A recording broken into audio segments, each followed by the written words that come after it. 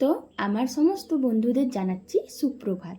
আর যে বা যারা ভিডিওটা দেখছো তাদের সবাইকে জানাচ্ছি সুপ্রভাত। আর আজকের দিনটি তোমাদের জন্য যেন অনেক শুভ হয়, অনেক সুন্দর হয়। যে বা যারা যেখান থেকে ভিডিওটা দেখছো তোমরা নিশ্চয়ই ভালো আছো, আগামী দিনেও ভালো থেকো আর সুস্থ থেকো। তো আমি মুনমুন, ব্লগার মুনমুন চ্যানেলে তোমাদের প্রত্যেককে জানাচ্ছি অনেক অনেক স্বাগত। আর সকালবেলায় তোমাদের সামনে নিয়ে চলে এসেছি নতুন একটা ব্লগ। আশা করছি তোমাদের ভিডিওটা ভালো লাগবে, তাই পুরো ভিডিওটা দেখার জন্য অনুরোধ রইল। ভিডিও শুরু করার আগে বড়দের জানাই প্রণাম, ছোটদের জন্য রইল অনেক অনেক ভালোবাসা। আর সকালবেলায় ঘুম থেকে উঠেই টুকটাক বাসি কাজকর্মগুলো করে নিয়েছি। এখন এই যে উনুন শালটাই লেপা দিচ্ছি। তো আর বেশি বকবক করি না, উনুনটা লেপা দিয়ে দিই। তো তোমরা ভিডিওটা দেখো।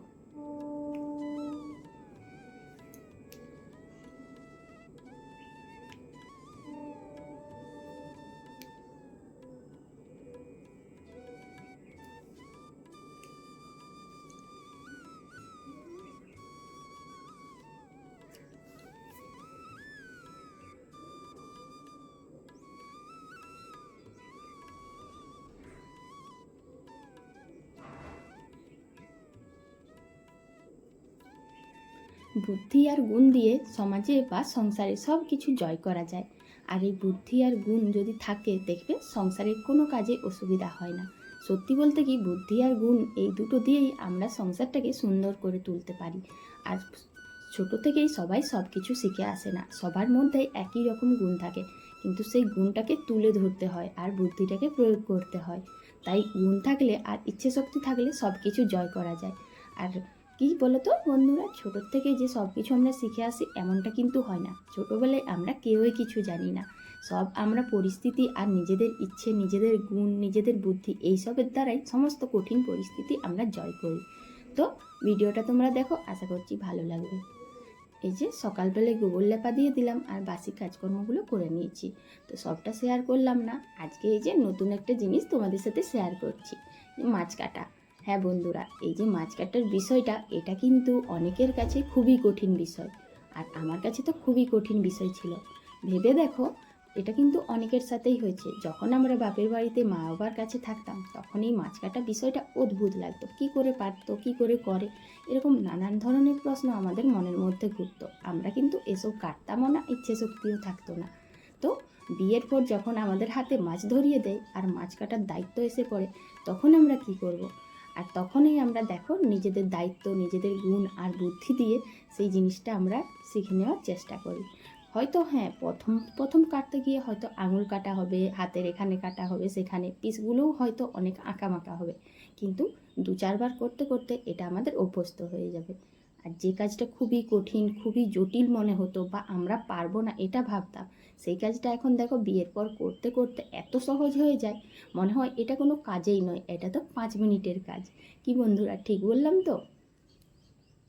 সত্যি বলতে কঠিন ধরে এই কাজটা করা না, আমিও প্রথমে ভাবতাম যে খুবই জটিল বিষয়, কিন্তু এখন 1 কেজি 2 কেজির মাছ কাটতে গেলেও মনে হয় না যে কোনো একটা কাজ করছি। দেখো তোমাদের সাথে বক বক করতে করতে আমার কিন্তু মাছটাও কাটা হয়ে গেল। আর আজ আমাদের বড় মাছ না, আজ কিন্তু ছোট ছোট চারা মাছ এনেছিল, আর সেগুলোই পিস করলাম।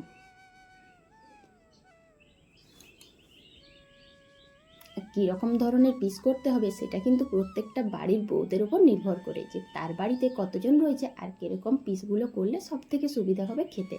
আর আমিও সেইভাবেই বুদ্ধি খাটিয়ে পিসগুলো করি, যাতে সবার হয় বা সবাই ঠিকঠাকভাবে খেতে পারে। তো যাই হোক, মাছগুলো কাটা হয়ে গেছে। আর এখন এই যে মাছের যে আঁশগুলো রয়েছে, মাছের ভেতরে যে হাতগুলো রয়েছে, সেগুলো এখন ফেলে দেবো একটা সাইডে। কারণ এই কলপাটটায় যদি ফেলে রাখি তাহলে প্রচুর আঁশগন্ধ ছাড়বে। আগে যখন মাছ কাটার ব্যাপারটা জানতাম না, তখন কিন্তু এই যে আঁশ ছাড়াতে হয় বা আঁশগুলো আলাদা সাইডে ফেলতে হয়, এই ব্যাপারগুলো একদম মাথায় থাকতো না। আর এখন দেখো, যেমন কাজটাও করে নিতে পারি নিজেদের গুণ দিয়ে, তেমন বুদ্ধি দিয়ে জায়গাটা পরিষ্কার করে নেওয়ার ইচ্ছেটা থাকে। এখন বটিনটাও একটু ভালো করে সার্ফ দিয়ে ঘষে দিচ্ছি। এমনিতে তো প্রত্যেক দিন বটিনটা ঘষে দেওয়া হয় না, তার জন্য ময়লা থাকে। তাই এই যে মাছ কাটতে গিয়ে একটু ভালো করে পরিষ্কার করে নিচ্ছি। এখন কত তাড়াতাড়ি করলাম দেখো, কোনো ভয় নেই। আগে হলে এটা ভাবতাম যে বাবা বটিনটা তো এখন যদি এরকমভাবে পরিষ্কার করি তাহলে তো আমার হাতটা কাটা হয়ে যাবে, নানান রকম ভয় থাকতো। কিন্তু বাস্তব পরিস্থিতি আর নিজেদের গুণ আর বুদ্ধি দিয়ে এখন সব কাজগুলোই মোটামুটি জয় করতে পেরে গিয়েছি। আর এটা আশা করছি বাড়ির প্রত্যেকটা বউদের ক্ষেত্রেই হয়েছিল। যখন তাদের উপর এই চাপটা ছিল না, যখন তারা মা বাবার কাছে থাকতো, তখন কিন্তু এই জিনিসগুলো ফেস করতে হতো না। আর এখন দেখো নিজেদের বুদ্ধি গুণ দিয়ে সব কিছু জয় করে নেওয়ার ক্ষমতা রাখি। হ্যাঁ, প্রথমটাই যখন অসুবিধা হয় তখন হয়তো সংসারের চাপে বা শ্বশুরবাড়িতে অনেকেরই শাসন থাকে, তখন হয়তো এলোমেলো হয়ে যায় কাজগুলো। কিন্তু এখন কিন্তু কেউ আঙুল তুলে বলার সাহস করবে না যে এভাবে করলে, কারণ এখন যেভাবে কাজগুলো করা হয় তাতে কিন্তু কোনো ভুল ত্রুটি থাকতেই পারে না।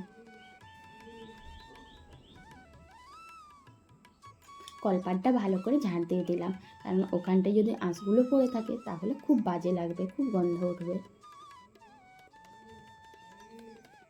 উনুনটা এখন ধরিয়ে নিচ্ছি। আর জানো তো বন্ধুরা, উনুনটা ধরাতে গিয়ে দেখলাম যে না, উনুনের ভেতরটা বেশ ভেজা রয়েছে আর বারবার ধোঁয়া হচ্ছিল, নিভে যাচ্ছিল।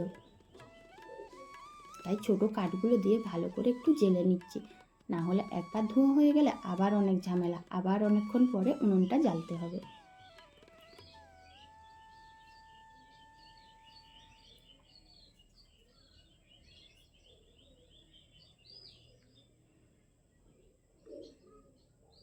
এখন জামা কাপড়গুলো উল্টে দিতে চলে এসেছি। এই জামা কাপড়গুলো অনেক সকালে কেচেছিলাম, আর তোমাদেরকে তো বললামই যে বাসি কাজকর্মগুলো করে নিয়েছি। তো আজ আর সব কিছু শেয়ার করলাম না, কারণ ভিডিওটা অনেক বড় হয়ে যাবে। তাই এই যে সমস্ত কাজ সেরে নিয়ে করে এখন জামা কাপড়গুলো আর একবার উল্টে দিচ্ছি। দেখো কত সকালে কেচেছি যে জল ঝরে গিয়েছে। মোটামুটি 1 ঘন্টা হলেই প্রায় সব জামা কাপড় শুকনো হয়ে যাবে।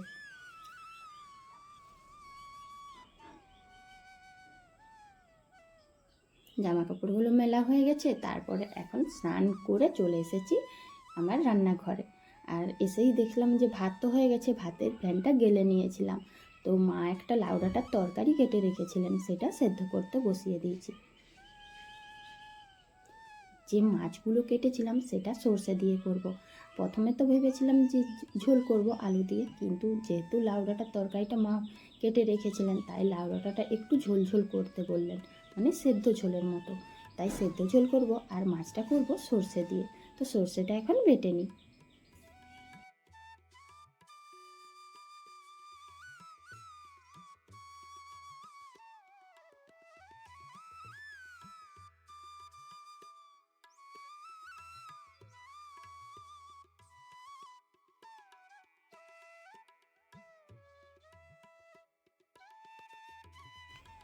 সর্ষেটা বাটতে বাটতে দেখলাম যে আমার রান্নাঘরে উনুনটাতে কাঠ নেই, কাঠগুলো সব পুড়ে গিয়েছে। আর তাহলে তো আগুনে আঁচ না থাকলে তরকারিটা হবে না, তাই উনুনে কাঠ দিতে গেলাম।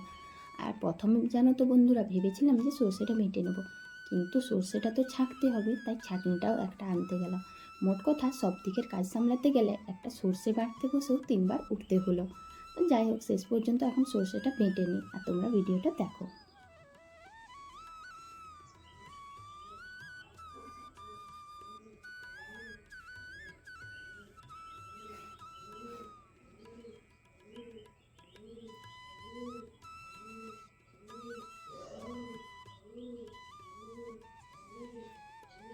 মাছগুলো নুন হলুদ দিয়ে মাখিয়ে নিলাম।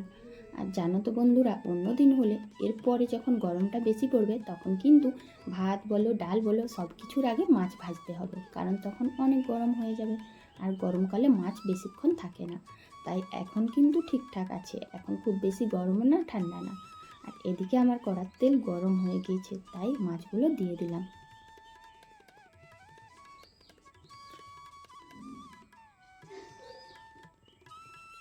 প্রথম প্রথম যখন কেউ মাছের তরকারি করে বা মাছ ভাজে তখন তার কীরকম অবস্থা হয় বলো তো? তেল দেওয়ার পর, মানে আমার অবস্থা বলছি, তেল দেওয়ার পর কী হয়, মাছটা দিই যখন, তখন দেখি তেলটা অনেক সময় গরম হয় না, বা অনেক দূর থেকে মাছটা ফিকে দিই, মানে উল্টো সাইড থেকে তেলটা আমার গায়েই চলে আসে। আর এখন দেখো বন্ধুরা, অল্প একটু তেলের মধ্যেই 6টা 7টা পিস দিয়ে দিলাম, অথচ সবগুলো উল্টেও দিলাম।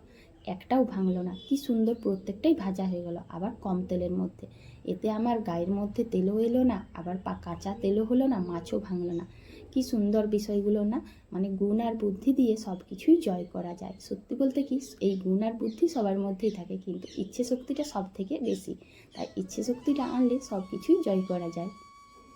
আর এই সব জিনিসগুলো কেউই কখনোই ছোটোবেলা থেকে শিখে আসে না, সবই হয়ে যায়। ইচ্ছে থাকলে, গুণ থাকলে সব কিছুকেই জয় করা যায়। তো যাই হোক, এখন বন্ধুরা দেখো, আমি এই মাছটা কিন্তু সর্ষে দিয়ে করছি। আর আগুনের আঁচটাও কমিয়ে দিয়েছি, কারণ কাঁচা সর্ষে করবো তো, সেই জন্য এখন আগুনের আঁচটা দিলাম না। এখন চলে এলাম বাগানে। আর বাগানে ধনেপাতা নিতে এসে দেখি এ কী অবস্থা, সব ধনেপাতাগুলো বুড়ো হয়ে গেছে, মানে ধনে ধরার সময় হয়ে আসছে। ধনে ফুল তো ফুটেই গেছে একটা দুটোতে, তার মধ্যে থেকে একটু বেছে বেছে কম করে ধনেপাতা নিয়ে নিলাম। এখন তো যে কোনো উপায়ে ধনেপাতা তুলতেই হবে, কারণ মাছটাতে দেবো। আর বাড়িতে তো কেনা নেই, কারণ বাগানের থাকতে থাকতে বাড়িতে কিনতে যাচ্ছে আর কি।